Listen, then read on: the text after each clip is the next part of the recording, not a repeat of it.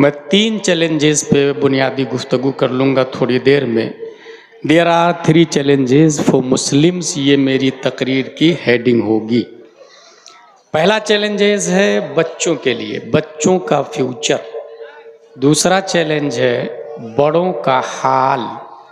तीसरा चैलेंज है एजुकेटेड की सोच। ये 3 पॉइंट है, टर्निंग पॉइंट। बच्चों का फ्यूचर, बच्चों का मुस्तकबिल, ये एक ऐसा टॉपिक है जिसकी तरफ हर शख्स मुतवज्जे होता है, क्योंकि हर शख्स का कोई ना कोई बच्चा है या फिर वो बच्चों के बारे में सोचता है, प्लानिंग करता है, तैयारी करता है। मेरे पास बहुत सारे ऐसे लोग भी फ़ोन किए कि हज़रत दुआ कीजिएगा, लड़का हो जाए मैं उसे आलिम बनाऊंगा। या खैर मन दुफिनत बिलक़ाय अअज़मुहु फ़ताब मिन क़ैबिहिन अलक़ाउ वल उक़ूमु नफ़्सिल फ़िदा लिक़ब्रिन अंत साकिनुहु फ़ीहिल अफ़ाफ़ु व फ़ीहिल जूदु वल करम। सल्लल्लाहु तआला व सल्लम अला खैरि ख़ल्क़िही व आलिहि व सहबिही अजमईन बहक़्क़ि ला इलाहा इल्लल्लाहु मुहम्मदुर रसूलुल्लाह। हामिदन व मुसल्लियन व मुसल्लिमा व बाद, फ़अऊज़ु बिल्लाहि मिनश शैतानिर रजीम। बिस्मिल्लाहिर रहमानिर रहीम। सुम्मा लतुसअलुन्ना यौमइज़िन अनिन नईम। सदक़ल्लाहुल अज़ीम। हुज़ूर अलैहिस्सलाम की बारगाह में दुरूद शरीफ पढ़ते हैं। अल्लाहुम्मा सल्लि अला सय्यदना व मौलाना मुहम्मद सल्लल्लाहु अलैहि वसल्लम। जलसा 12 बजे तक होना चाहिए, उसमें पढ़े लिखे लोग भी शरीक हो जाते हैं। एक ख़तीब हो, एक शायर हो, एक नकीब हो, सामने बिरादरान इस्लाम हो और पर्दे में ख़वातीन इस्लाम हो, ये बहुत अच्छा तरीका रहता है। 12 बजे के बाद चूँकि ज़हन की फितरत है वो बूझल होता है और इंसान उठने को चाहता है, फ्रेश होता है। इंसानी फितरत को बरकरार रखते हुए जलसा होना चाहिए। ये रोज़ाना प्रोग्राम होते, जलसे होते हैं, मगर आज तकरीर नहीं करूँगा मैं, थोड़ी देर दर्स के हवाले से बात करूँगा मैं। चूँकि जश्न दस्तारे हिफ्ज़ व क़िरत है, इस वजह से अगर मेरे इख्तियार में होता तो माइक को बंद करवा देता मैं, जितने लोग हैं वो सबको करीब बुला लेता, क्योंकि बाहर जो लोग हैं वो जलसा सुनने के लिए नहीं आए हैं, मेला देखने, सामान ख़रीदने, एंजॉय करने, तफन्नुन तबा तलज़्ज़ुज़ नफ्स की खातिर वो आए हैं। उनका हिसाब उनको देना होगा। जो कमेटी है उन्हें चाहिए कि सामान, ठेले, दुकान बिल्कुल परमिशन नहीं मिलना चाहिए, क्योंकि ये हुज़ूर सल्लल्लाहु तआला अलैहि वसल्लम का मिंबर है, जिन्हें मिंबर रसूल कहा जाता है, और यहाँ से दर्स मुस्तफ़ा दिया जाता है। बेशक तो वक्ती तौर से ये दर्स होता है, इसमें हरगिज़ वो चीज़ें जो दर्स में मुखिल हो वो शामिल नहीं होना चाहिए। हमारे सामने चैलेंजेस बहुत ज़्यादा है, जिसमें मैं 3 चैलेंजेस पे बुनियादी गुफ्तगू कर लूँगा थोड़ी देर में। There are 3 challenges for Muslims, ये मेरी तकरीर की हेडिंग होगी। पहला चैलेंजेस है बच्चों के लिए, बच्चों का फ्यूचर। दूसरा चैलेंज है बड़ों का हाल। तीसरा चैलेंज है एजुकेटेड की सोच। ये 3 पॉइंट है, टर्निंग पॉइंट। बच्चों का फ्यूचर, बच्चों का मुस्तकबिल, ये एक ऐसा टॉपिक है जिसकी तरफ हर शख्स मुतवज्जे होता है, क्योंकि हर शख्स का कोई ना कोई बच्चा है या फिर वो बच्चों के बारे में सोचता है, प्लानिंग करता है, तैयारी करता है। मेरे पास बहुत सारे ऐसे लोग भी फ़ोन किए कि हज़रत दुआ कीजिएगा, लड़का हो जाए मैं उसे आलिम बनाऊंगा। क्या बात, बच्चे की फ़िक्र है। हज़रत दुआ कीजिएगा, 3 लड़के हैं, एक लड़की हो जाए तो उसे आलिमा बनाऊंगा। बच्चों की फ़िक्र है। तो ये एक पहला चैप्टर है, पहला चैलेंज है मुसलमानों के लिए कि बच्चों का मुस्तकबिल क्या होना चाहिए। मुस्तकबिल 2 तरह के हैं, एक है वक्ती मुस्तकबिल और एक है दायमी मुस्तकबिल। वक्ती मुस्तकबिल का मतलब होता है कुछ दिनों का, 1 साल, 10 साल, 20 साल, और दायमी मुस्तकबिल हमेशा आने वाला टाइम। जैसे अपने लोग माँ के पेट में थे 9 महीना, वो प्रेजेंट था, वो हाल था। पैदा होने के बाद जो लाइफ शुरू होने वाली थी वो मुस्तकबिल है। तो वो जो 9 महीना है, वो 9 महीना बहुत कम है, क्योंकि इधर 60-70 साल जीना है, तो इसलिए वो 9 महीना कम लग रहा है। इस 60 साल के बाद में जो जिंदगी शुरू हो रही है वो करोड़ों साल की होगी। उस करोड़ों साल की जिंदगी के सामने में ये 60 साल 9 महीने से भी कम लगेगा, जितना कि माँ के पेट में थे हम लोग। तो ये जो 60-70 साल है, ये है वक्ती मुस्तकबिल। मरने के बाद 2 पैलेस है, एक पैलेस को जन्नत कहते हैं, दूसरे को जहन्नम कहते हैं, और दोनों मुस्तकबिल है हमारा। अगर हम ईमान पर मरे तो जन्नत मुस्तकबिल, और अगर हमारा खात्मा कुफ्र पर हुआ तो जहन्नम मुस्तकबिल। और दोनों दायमी हैं, अनलिमिटेड है। उसके बाद फिर से पैदा नहीं होना है। ये तो काफिरों का अकीदा है कि फिर से पैदा हो जाएंगे, अच्छा काम करेंगे तो एसपी कलेक्टर बनेंगे, गलत काम करेंगे तो कुत्ता बिल्ली छछुंदर में पैदा होंगे। ये इस्लाम का अकीदा नहीं, काफिरों का अकीदा है। इस्लाम का एक ही सिस्टम है, एक इंसान एक बार पैदा होता है, दोबारा नहीं, मरेगा, हश्र में उठेगा, अच्छा काम किया जन्नत, बुरा काम किया जहन्नम। तो पहला चैलेंजेस है जो हम लोगों के लिए, वो है बच्चों का मुस्तकबिल। बच्चों का मुस्तकबिल कहाँ से शुरू होगा? सबसे पहला काम, अच्छे घरों में रिश्ता होना चाहिए। क्योंकि फतावा रज़विया में आला हजरत ने लिखा है, बुरी रग जरूर रंग लाती है। इसका मतलब लड़की अगर टी शर्ट जींस पैंट पहनती है, एक्टिवा चलाती है, बगैर बुर्के के मार्केट में घूमती है, असर बच्चों पे होगा। आप अपने बच्चे को लाख कोशिश करें कि आपकी बेटी हजरत फातिमा ज़हरा की तरह बन जाए, वो नहीं बनेगी, क्योंकि माँ का असर है। इसलिए बच्चों के मुस्तकबिल में शुरू कहाँ से करेंगे? अच्छी लड़की तलाश करेंगे। अच्छा, इसके लिए आसान लफ्ज़ में ये बता दूँ, आसान तरीका, अच्छा रिश्ता अच्छे घरों में मिलता है। ईमानदारी से बताएं आप लोग, अच्छा घर कौन सा है? 99% इंसान यहाँ पर अच्छे घर का मतलब ही नहीं समझ पा रहा। अच्छा घर पूरी दुनिया में, पूरब से पश्चिम, दक्षिण से उत्तर तक, सबसे अच्छा घर जो हमारे किशनगंज में है वो अल्लाह का घर है, जिसे मस्जिद कहा जाता है। सही बोल रहा हूँ? क्या मस्जिद में कोई अपनी बेटी के लिए दामाद तलाशने जाता है? अपनी बेटी के लिए रिश्ता मस्जिद में कौन है? जो नमाज पढ़ता है 5 वक्त की पहली सफ में दाएं तरफ तकबीर उला के साथ में। एक आदमी था ऐसा, वो रोजाना मस्जिद में जाके चेक करता था कौन नौजवान नमाज पढ़ता है। एक नौजवान नजर आया, कहा भाई मेरी बेटी से तू शादी करेगा? कहा हुजूर मेरे पास तो कुछ है भी नहीं। कहा तकबीर उला के साथ पहली सफ में अल्लाह के घर में 5 वक्त की नमाज पढ़ने से बढ़कर और कौन सी दौलत हो सकती है दुनिया में? अल्लाह, कुछ समझ में आया? शादी हो गई। इसका मतलब अच्छे लोग हैं सब, हर आदमी आपकी तरह नहीं होता। कुछ लोग अच्छे भी होते हैं किशनगंज में, जो अपनी बेटी के लिए रिश्ता मस्जिद में जाके ढूंढते हैं।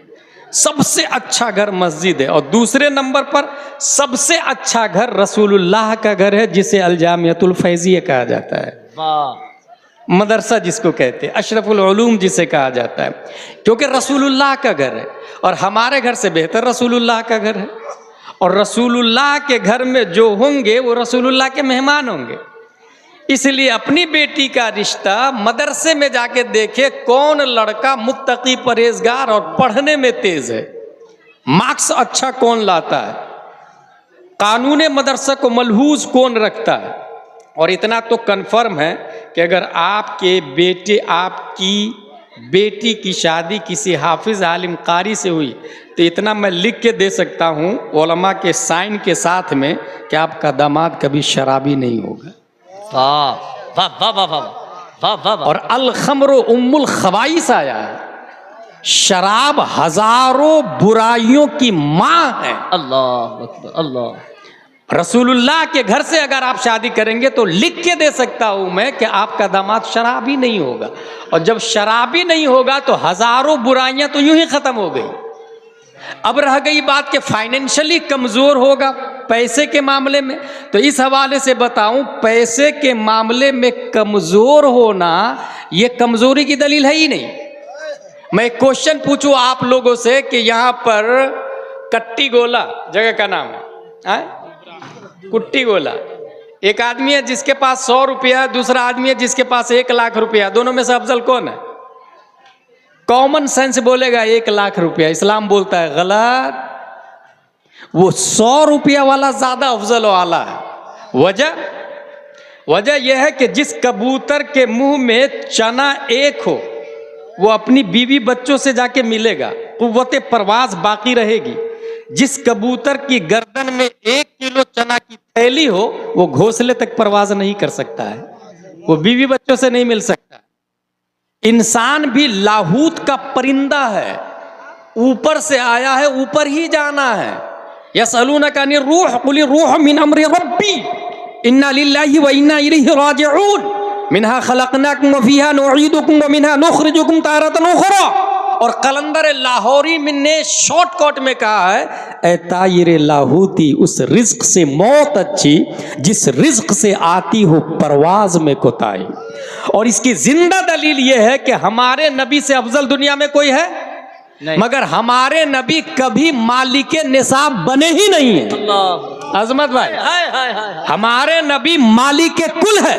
पहाड़ ने बोला या रसूल अल्लाह इशारा कर दे मैं गोल्ड बन जाता हूं, समंदर अपने ऊपर फख्र करता अगर नबी के इशारे पे डायमंड बन जाता। दुनिया के तमाम दरिंद परिंद चरिंद कन्वर्ट हीरो डायमंड सोना होने में तफाखुर महसूस करते, मगर वो हमारे नबी है, मालिक कुल है, मगर मालिक निसाब नहीं है। क्योंकि हमारे नबी जानते थे एक जमाना ऐसा आएगा कि किशनगंज में एक तरफ करोड़पति होंगे जिसकी बिल्डिंग होगी, फॉर्च्यूनर होगी, अपाची होगी, दिल्ली में मकान होगा, मुंबई में मकान होगा, मगर हरामखोरी उसी के यहाँ होगी। सूद का पैसा होगा, जुआ का पैसा होगा, सट्टे का पैसा होगा, मारकाट का पैसा होगा, बंदूक की नोट पर नोट जमा किया होगा। ऐसे माहौल में मेरी उम्मत का एक फर्द ऐसा भी होगा जो आधी रोटी खाएगा मगर हराम के करीब नहीं जाएगा, जो भूखा रहेगा मगर सुन्नत को कभी छोड़ेगा नहीं, जो इंसान शराब नहीं पिएगा, जुआ नहीं खेलेगा, लोगों की बड़ी बड़ी बिल्डिंगों को नहीं देखेगा, वो मेहनत और मशक्कत करेगा, मजदूरी करेगा, मगर वो हराम के करीब नहीं जाएगा। ऐसे में कहीं वो पुजु मुर्दा ना हो जाए, मायूस ना हो जाए, इस वजह से मैं अपनी सुन्नत दे रहा हूं। मालिक कायनात हूं मगर मालिक निसाब नहीं। जैसे किशनगंज का एक आदमी 100 रुपये का मालिक है और शरीयत की पाबंदी करता है, वही मुस्तफा की मुर्दा सुन्नत को जिंदा करता है और करोड़पति से करोड़ों दर्जा अफजल हो आला। वाह वाह, नारे तकबीर, नारे रिसालत, मजहबे इस्लाम, हजरत अल्लामा गुलाम जिलानी साहब किबला आधारी। वाह वाह, माइक की आवाज मुझको नहीं लग रहा साफ समझ में आ रही होगी। ये तो ठीक ठाक है। हेलो हेलो, इको कम करके देखिए बड़े साहब। मैं अपने यहाँ जब जुम्मा में तकरीर करता हूँ ना, माइक ही बंद करवा देता, होना ही नहीं, शोबाजी होना ही नहीं चाहिए बिल्कुल। रहने दे, छोड़ दे। एक कॉमन बात है कि जो ज्यादा पैसे का मालिक है उसे ज्यादा हिसाब देना पड़ेगा। तो जो उलमा हैं फाइनेंशियली कमजोर हो सकते हैं, मर्तबा और अफजल में नबी ने अपना वारिस उन्हीं को कहा है, अल-उलमा वरसतुल अंबिया, अपना वारिस उलमा को। इसलिए अच्छा रिश्ता कहाँ होगा? अच्छे घरों में। अब अच्छे घर में रिश्ता होगा तब अच्छे बच्चे पैदा होंगे। अब अच्छे बच्चे पैदा हुए, अब उन बच्चों के लिए हमें उन बच्चों का फ्यूचर देखना है।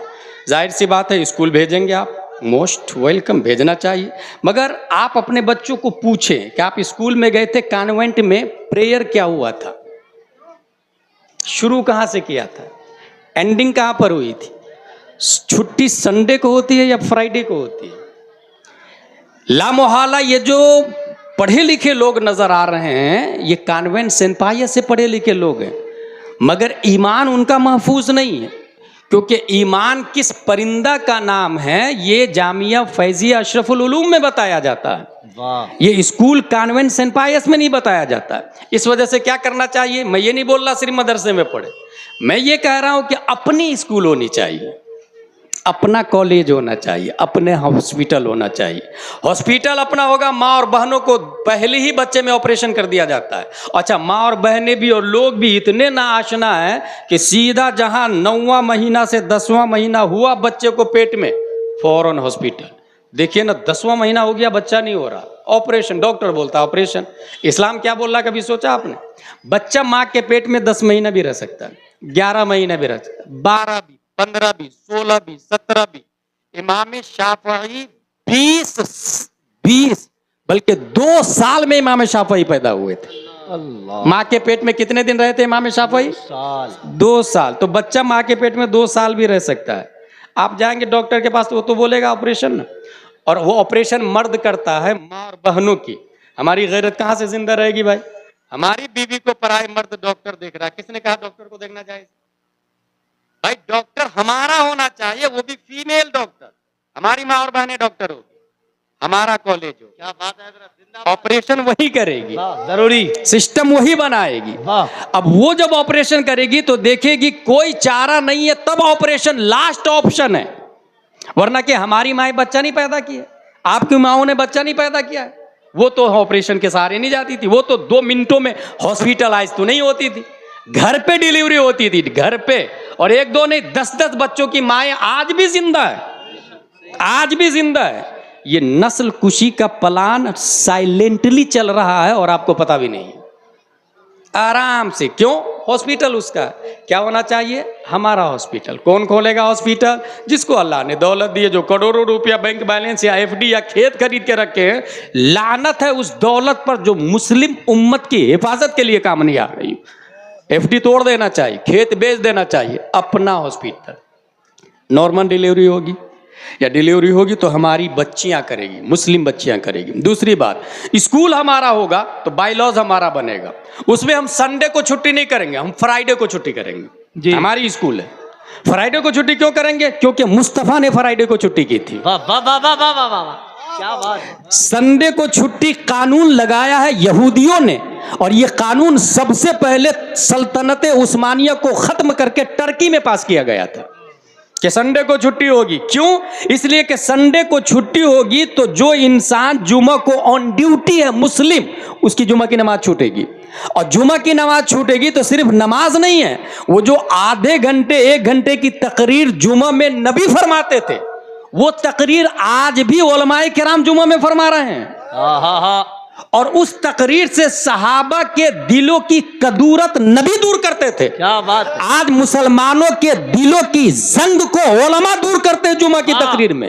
जब जुमा को ऑन ड्यूटी रहेंगे तो तकरीर सुनेंगे नहीं, शैतान गालिब आता चला जाएगा और इस तरीके से ईमान का खात्मा हो जाएगा और शऊर भी नहीं होगा। हमारी स्कूल होगी, जुमा को छुट्टी होगी, हमारे नौजवान जुमा पढ़ने के लिए भी स्कूल मदरसे में आएंगे, साथ में छोटे छोटे 10 साल 15 साल के बच्चे भी मस्जिद में आएंगे। वो देखेंगे इमाम ने क्या कहा, वो देखेंगे वाली साहब गुस्ल किए हैं, सुरमा लगाए हैं, इत्र लगाए हैं, कुर्ता पहने हैं, टोपी पहने हैं। जहां एक तरफ अपने बाप की तकलीद करेगा बच्चा, वही दूसरी तरफ इमाम के खुतबा को सुनकर मुस्तफा की मोहब्बत दिल में जागेगी, वो हदीस बचपन से सुनेगा। और एक बच्चा अगर 10 साल की उम्र से हर हफ्ता अपने नबी की हदीस उलमा की जुबानी मिंबर पर से जुमा के खुतबा में सुनना शुरू कर दे, खुदा की कसम वक्त का जाकिर नायक उसे डैमेज नहीं कर सकता, इंजीनियर मिर्जा उसे तबाह नहीं कर सकता, सुना कुल्लू उसे बर्बाद नहीं कर सकता।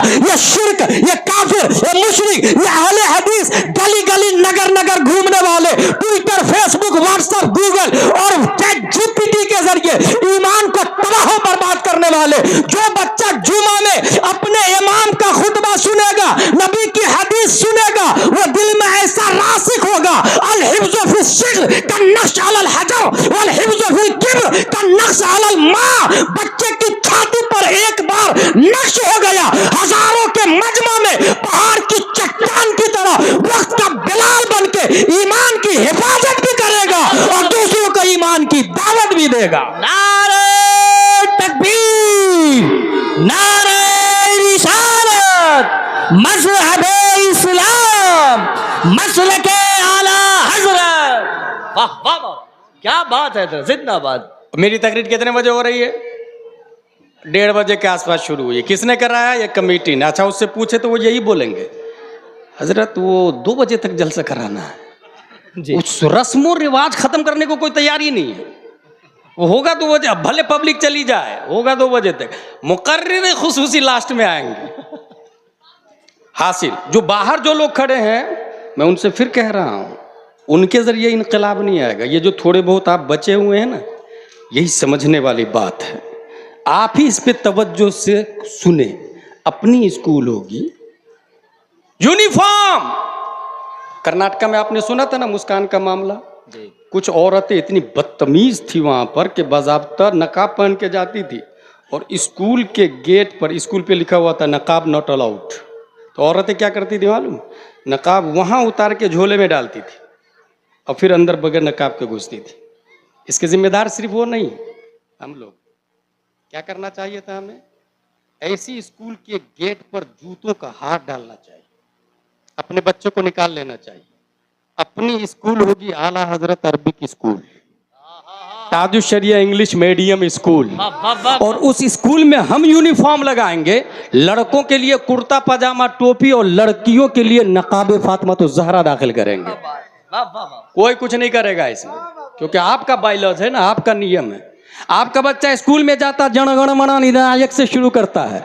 हमारा बच्चा जब जामिया ताजुश शरिया में या आला हजरत अरबिक इंग्लिश मीडियम में जाएगा, प्रेयर शुरू करेगा मुस्तफ़ा जाने रहमत पे लाखों सलाम, हाय हाय हाय हाय। शम्ए बज़्म हिदायत पे लाखों सलाम। ये वो बात नहीं है जिसको आप कहे कि अजहरी साहब ने बहुत अच्छी तकरीर की। गलत। मैं तकरीर नहीं कर रहा, मैं करने के लिए कह रहा हूँ। अगर अल्लाह ने दौलत दी है, वसअत दी है, अगर अकेला नहीं हो सकता तो शेयर में करे, ग्रुपिंग में करे, लेकिन अपनी स्कूल खोले। एक कॉमन सेंस है, बच्चों पर लाजिम है कि माँ बाप की ताजीम करें, यही है ना? मगर आप इस्लाम का एक ही रुख पढ़ा आपने, दूसरा रुख मैं बताता हूँ। हदीस शरीफ के अंदर आया अक्रिमु औलादकुम व अहसिनु अदबहुम, अपने बच्चों की ताजीम करें। क्या आपका बेटा घर में आता है तो अदब से आप खड़े हो जाते हैं? हदीस में आया है अपने बेटे की ताजीम करें, अपनी बेटी की ताजीम करें। अपने बेटे और बेटे की ताजीम करेंगे तो उसके दिमाग में ये बात आएगी कि ये जो अदब है, मेरे वालिद साहब मेरा अदब कर रहे हैं, इसका मतलब कुछ तो है।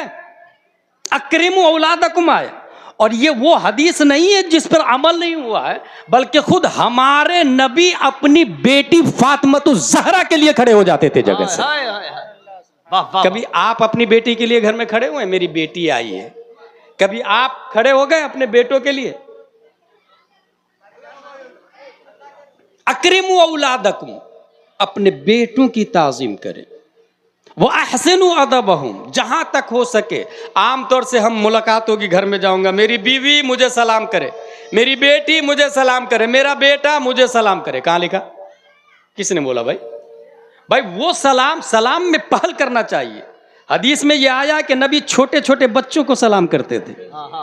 हुजूर मुहद्दिस कबीर से सिवान में एक हदीस शरीफ सुनी मैंने, वो फरमाते हैं मल्लम यरहम सगीरना वलम युअक्किर कबीरना फलैसा मिन्ना। लम यरहम सगीरना पहले आया।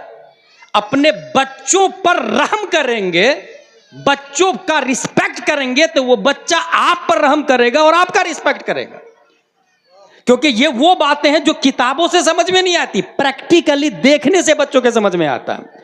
याद रखिएगा, बच्चा सिर्फ बुक से नहीं पढ़ता है, बच्चा माहौल से पढ़ता है। और माहौल ये अरबी लफ्ज है, मीम अलिफ जबर मा, हावाव जबर हाउ, लाम साकिन। माहौल जो आपके गिर्द है उसको माहौल कहते हैं, जो आपके गिर्द है। और बच्चा, बच्चों के लिए वो सब स्कूल है। क्या आपने देखा नहीं, बच्चा पूछता है ये कौवा क्यों काई काई कर रहा है, ये उड़ता क्यों है, ये बैठता क्यों, ये दरख्त क्यों खड़ा है, ये चांद मेरे साथ क्यों चल रहा है, ये सूरज मेरे साथ क्यों चल रहा है। ये क्वेश्चन बच्चों के दिमाग में आते कि नहीं?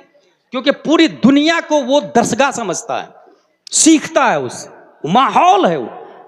इस वजह से अकरम औलादकुम नबी ने फरमाया। एक और हदीस शरीफ बताऊं बच्चों की तरबियत के हवाले से, ये बुनियाद ज़हन में रखिएगा, अपनी स्कूल होनी चाहिए। दूसरी हदीस देखें, हुजूर सल्लल्लाहु अलैहि वसल्लम फरमाते हैं अद्दिबु औलादकुम अला सलासी खिसालिन, अपने बच्चों को 3 बातें जरूर बताएं। बच्चों का मुस्तकबिल, ये चैप्टर चल रहा मेरा।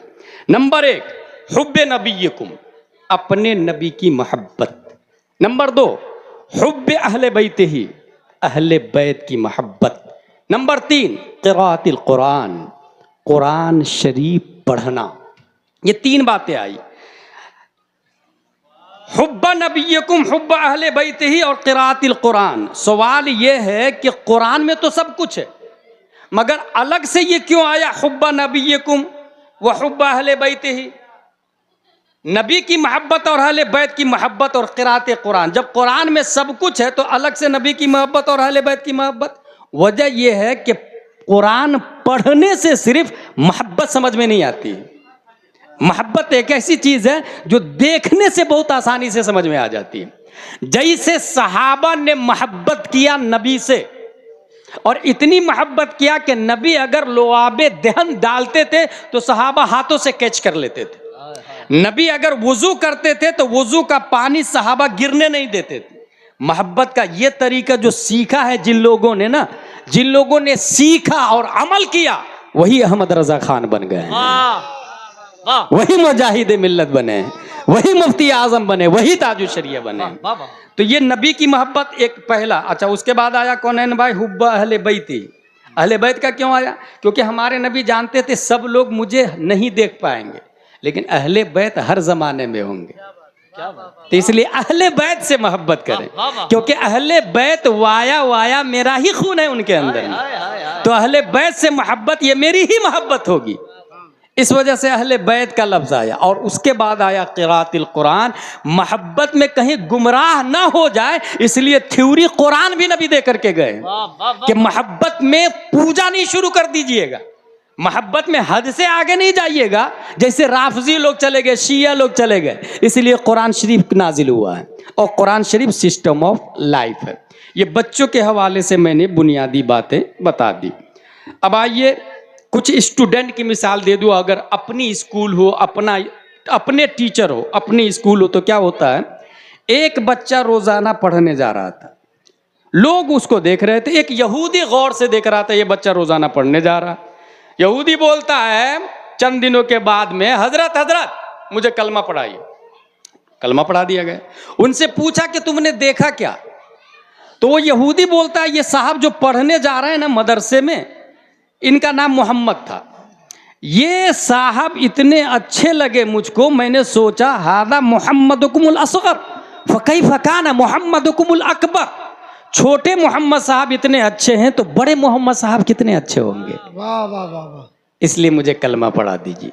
वो जो मोहम्मद साहब पढ़ने जा रहे थे, छोटे मोहम्मद, उनका नाम है इमाम मोहम्मद बिन हसन शीबानी, और टीचर का नाम है इमाम आज़म अबू हनीफा रदी अल्लाह ताला अन्हु। ऐसी एक और स्टूडेंट की मिसाल दे दूं। वो स्टूडेंट है हुजूर मुहद्दिस कबीर दामजिल्लु अलैना, हाफिज़ मिल्लत से पढ़ रहे थे।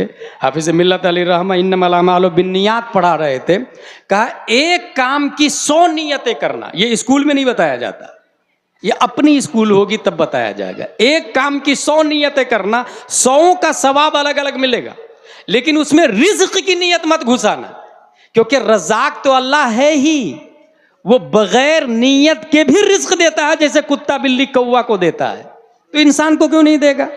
वो सबको रिज्क देता है तो वो इंसान को क्यों नहीं देगा? इसलिए हर काम करना, रिज्क की नियत मत करना। अपनी स्कूल होगी तो ये बात चलेगी। दूसरा पॉइंट आ जाए, बड़ों का हाल।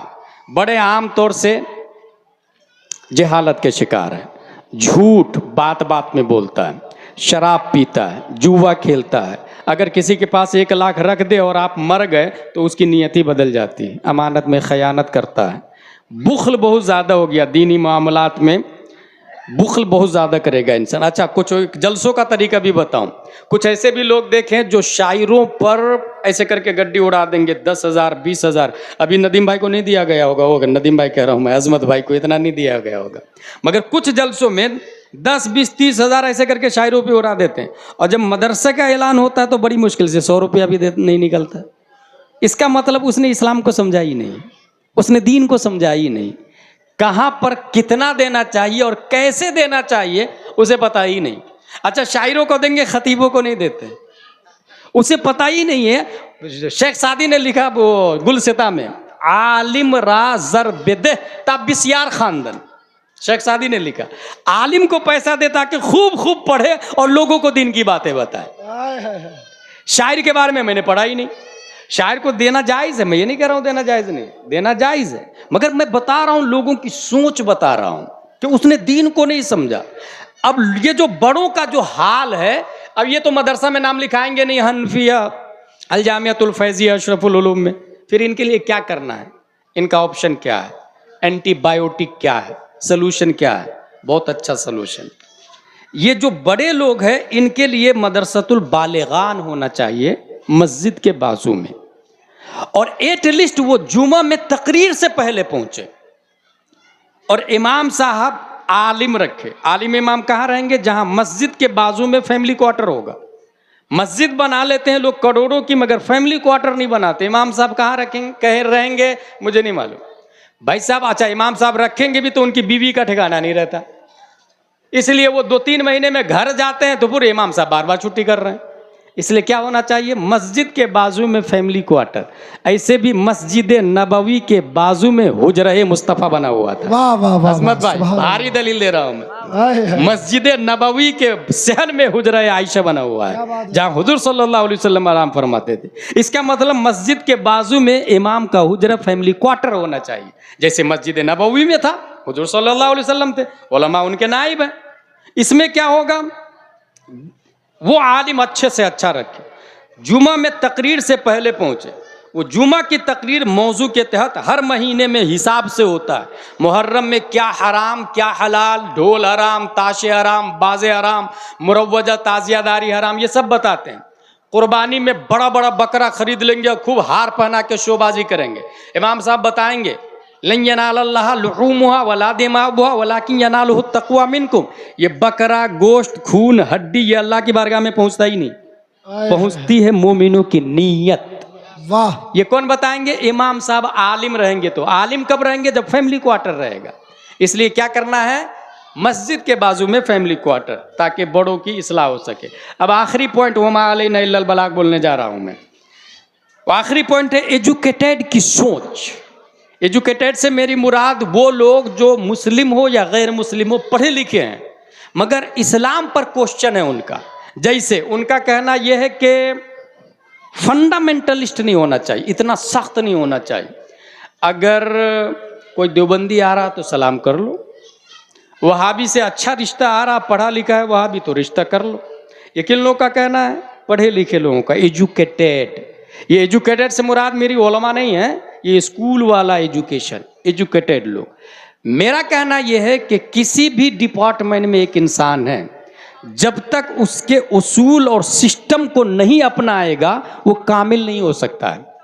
जैसे अगर सर फटा है तो स्टेजिंग थ्रेड पाँव में लगाएगा या सर में लगाएगा? टाके सर में लगाएगा या पाँव में लगाएगा? सर में। अगर हाथ से खून बह रहा है, कॉटन एंड बैंडेज आंख में लगाएगा या हाथ में लगाएगा? जो दवाई जिस दर्द के लिए है, जिस काम के लिए, वही दवाई देगा ना। ये उसूल है, इसी को कहते हैं फंडामेंटलिस्ट। इसी तरीके से दीन में क्या हलाल क्या हराम, क्या फर्ज क्या वाजिब, क्या सुन्नत क्या मुस्तहब, इस पर अमल जब तक इंसान नहीं करेगा ओरिजिनल मोमिन हो ही नहीं सकता है। और कुरान शरीफ में आया ला तनकिहुल मुशरिकात हत्ता युमिनना वला अमतुम मुमिनतुन खैरुम मिन मुशरिकतिन वलौ अअजबतकुम। वहां भी देवबंदी सूरह कुल्ली से निकाह होता ही नहीं है। आए हाय, जब ये लिखा हुआ है कुरान शरीफ की तफसीरों में कि वहां भी देवबंदी सूरह कुल्ली से निकाह नहीं होता है, ये एजुकेटेड तबका कह रहा है कि नहीं, पढ़ा लिखा फैमिली मिल जाए तो कर लेना चाहिए। ये उसूल के खिलाफ हुआ कि नहीं हुआ? जब कुरान बोल रहा निकाह ही नहीं होगा और वो अपनी चला रहा, अपनी सोच चला रहा है, बताइए क्या ये इस्लाम के खिलाफ नहीं है? क्या ये नबी के सिस्टम के खिलाफ नहीं है? क्या ये शरीयत मुतहरा के खिलाफ नहीं है? एक आम मोमिन कह रहा है कि नहीं निकाह नहीं होगा, एजुकेटेड तबका बोल रहा नहीं, अच्छी फैमिली मिल जाए तो कर लेना चाहिए। बात किसकी मानी जाएगी? बात किसकी मानी जाएगी?